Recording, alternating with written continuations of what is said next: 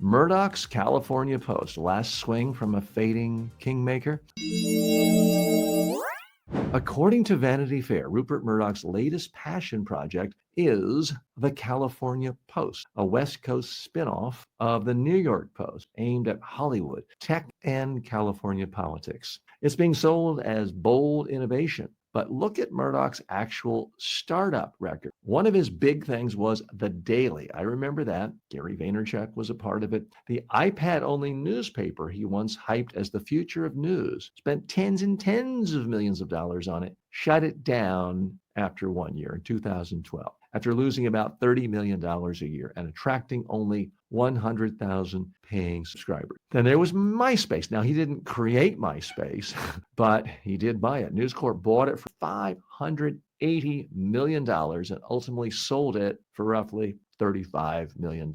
A spectacular wipeout in social media. Murdoch's real successes are mostly old brands. He bought and he squeezed the Wall Street Journal, Times of London, and the New York Post. Not exactly fresh digital winners. Meanwhile, this was surprising to me until I learned about it a few weeks ago. The New York Times now has more digital subscribers in California than the Los Angeles Times or the San Francisco Chronicle, effectively making its Southern California dominant paper from 3,000 miles away. Okay, so what's the real message here? Rupert Murdoch wants to be a big shot in Hollywood, so he wants to take the New York Post and turn it into the California Post. Why would you do that? Every single person in California who has a cell phone can already read the New York Post. They don't need some piece of paper with the word California stapled onto it. Let's dig a little deeper here. Now, Rupert Murdoch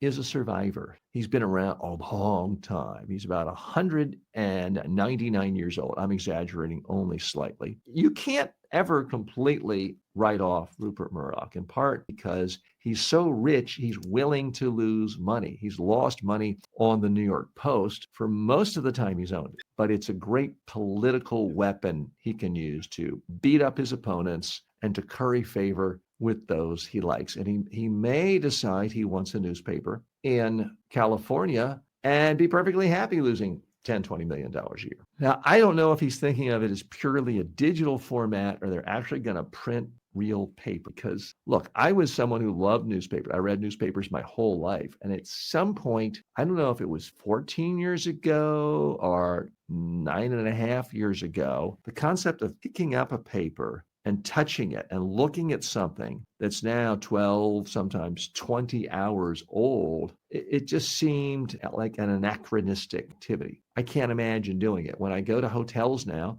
and they sometimes have a stack of the New York Post or a stack of the Wall Street Journal, I rarely even pick it up, and it's free. Sometimes I will pick it up sort of just for a sense of nostalgia. I'm looking at a story, and I'm thinking, wow, didn't I hear about that like a week ago? And then I realized, well, no, it was just 14 hours ago. It seems like a week ago. So I don't know why you need actual paper. If it's a digital format, the New York Post is already a well-known brand. Anyone who wants the idea of a New York Post mentality, but for California, could just go to the New York Post and click a button that says, here's what's going on in California and get it. The New York Times, to its credit, realizes that there are a lot of people in Southern California who simply want good journalism. And in the era of the internet, when every newspaper comes to your fingertips, people are going to just opt for high quality. And that's why the New York Times is doing so well. Now, believe me, it's not partisanship to say the New York Times is higher quality than the New York Post. The New York Post is considered a bit of a sleazy, cheesy rag. Is it a fun read? Sure. Do I go there occasionally? Sure.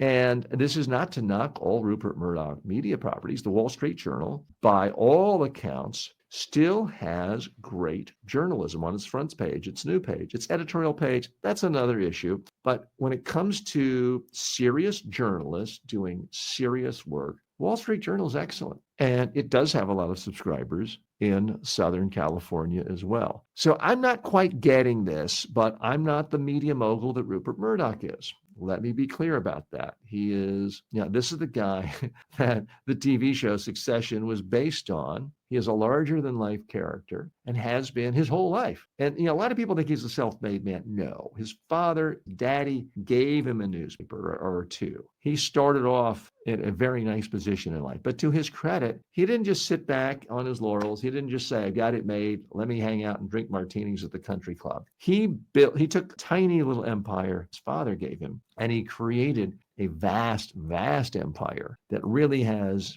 tentacles into the political world of every major country in the world. And he's clearly dominated journalism in his native Australia, in Great Britain, and in the United States. So you can never just count him out completely. But for the life of me, I don't know why he thinks the California Post would be a good allocation of capital at this point. But we'll see if it comes out. I mean, there's always going to be a good initial splash, and I'm sure he'll have some scoops. But whether it's needed in a new media outlet or just something he can do from the Post or the Journal, that's another question.